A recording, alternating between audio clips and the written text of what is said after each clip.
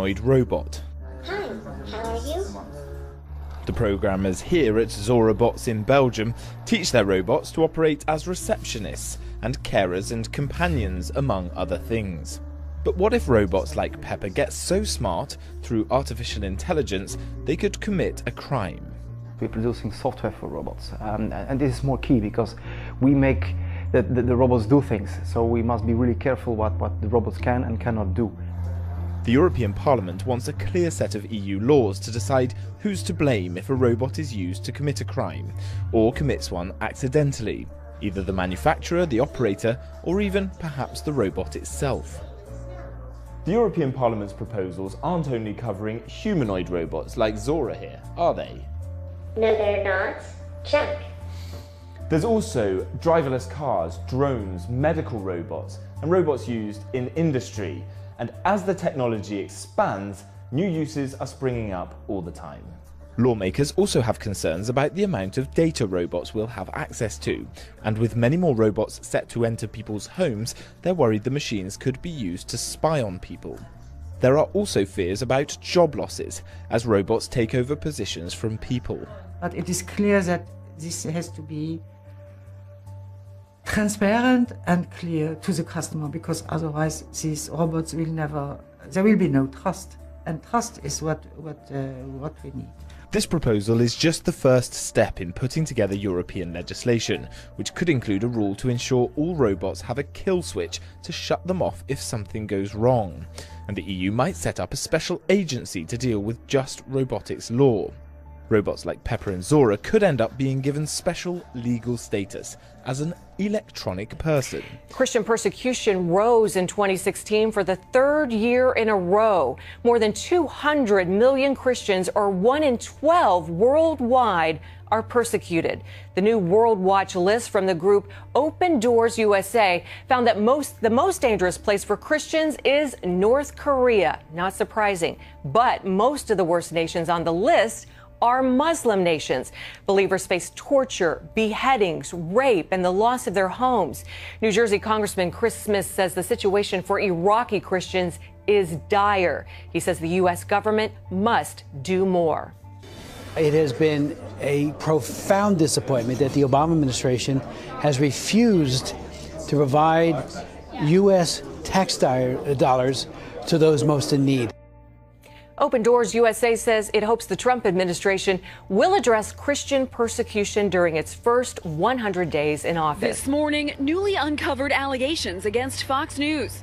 The cable network reportedly reached a financial settlement regarding sexual harassment allegations, this time against star anchor Bill O'Reilly. Hi, I'm Bill O'Reilly. Thanks for watching us tonight. In a draft of a letter of complaint obtained by lawnews.com, a website owned by Dan Abrams, ABC News chief legal analyst, Juliette Huddy, a former Fox News host who had a segment on the O'Reilly factor, claims she was replaced after rebuffing several sexual advances from O'Reilly.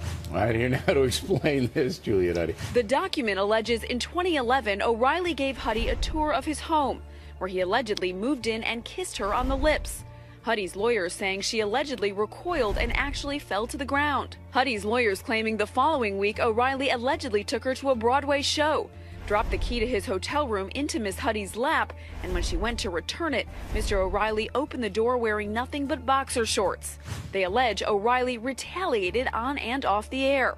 I think you do, Bill. We would not have this on the show if you didn't care. You can think whatever you want. I don't care whether it's banned or not. Huddy, who worked at Fox for 18 years, also claims she was sexually harassed by current Fox News co-president Jack Abernethy, alleging that early on in her career at Fox, he pursued a personal relationship with her, and when she rejected him, he began trashing her. A Fox News spokesperson telling ABC News Juliette Huddy's letter of intent to sue contained substantial falsehoods, which both men vehemently denied.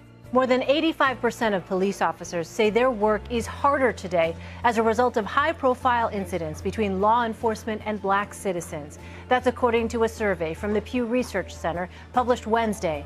The survey drew on the experiences and attitudes of nearly 8,000 policemen and women.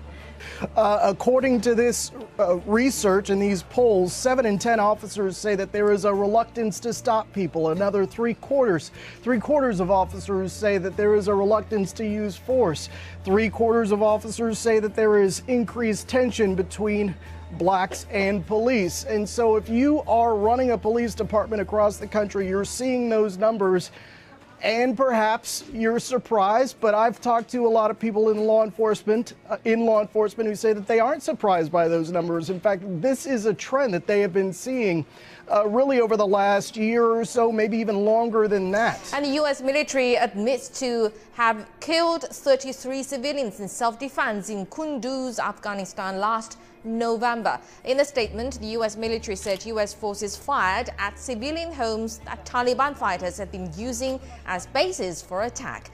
And the commander of U.S. troops in Afghanistan, General John Nicholson, says he feels deep regret for the loss of innocent lives, and the United Nations is investigating the matter and will release its findings by the end of this month. Muslims are turning to Christ in large numbers across the Middle East, according to the Christian Post. The report says Muslims are turning to Jesus Christ and are viewing Christianity as, quote, the religion of freedom and amid persecution in their country. The Voice of the Martyrs of Canada said, quote, there are thousands upon thousands coming to Christ. There are now an estimated 366,000 Christian believers in Iran, which is up from only 500 in 1979. And church leaders believe that millions can be added to the church in the coming years. When Kai Klepfer points this .40 caliber handgun, it fires like any other weapon. But watch what happens when I give it a try. That clicking sound could signal a revolution in gun safety. The first firearm with the same built-in security as many smartphones. This is the fingerprint sensor. If the gun is picked up by an authorized user, this sensor recognizes the fingerprint and it'll fire. It'll fire. Klepfer thinks he has the technology to make them a reality. I think this could be huge. I think it could really be the future of firearms. He's the founder of BioFire, a startup still headquartered in his parents' house in Boulder, Colorado. Now a freshman at MIT, Klepfer started work on his gun as part of a science project when he was 15 years old. There'd be days where I'd sit down and I'd look up 14 hours later. I hadn't moved from the spot, I hadn't thought about anything else. He realized he couldn't stop mass shootings, but he thought he could still save lives. After all, in 1 year alone, nearly 600 people died in firearm accidents. There were thousands more suicides, many committed with guns that do not belong to the victim. Why did it take 4.5 years to put a fingerprint reader on the side of a gun? Well, it's not as simple of a process as you might imagine. It's not really something anybody's ever done before. Klepfer's weapon doesn't only lock like a smartphone, it charges like one. It's about as simple as it gets. And the invention has won him some deep-pocketed allies. Kai is the Mark Zuckerberg of guns. Ron Conway was an early investor in Google and Facebook. Now, he's putting his money behind Klepfer's smart gun. What Kai has done is used all of the latest technology available to us to innovate a truly authenticated gun. You couldn't do this 5 years ago. But a push for similar guns misfired memorably in the late 1990s. A Colt prototype failed in a major demonstration, and Smith & Wesson dropped its smart gun program after resulting boycotts nearly bankrupted the company. What has changed from then until now to make it possible to make a smart gun like the one you're working on? I would argue pretty much everything. Well, almost everything. Good intentions don't necessarily make good inventions. Stephen Sinetti is president of the National Shooting Sports Foundation, the main trade group for companies that make and sell guns.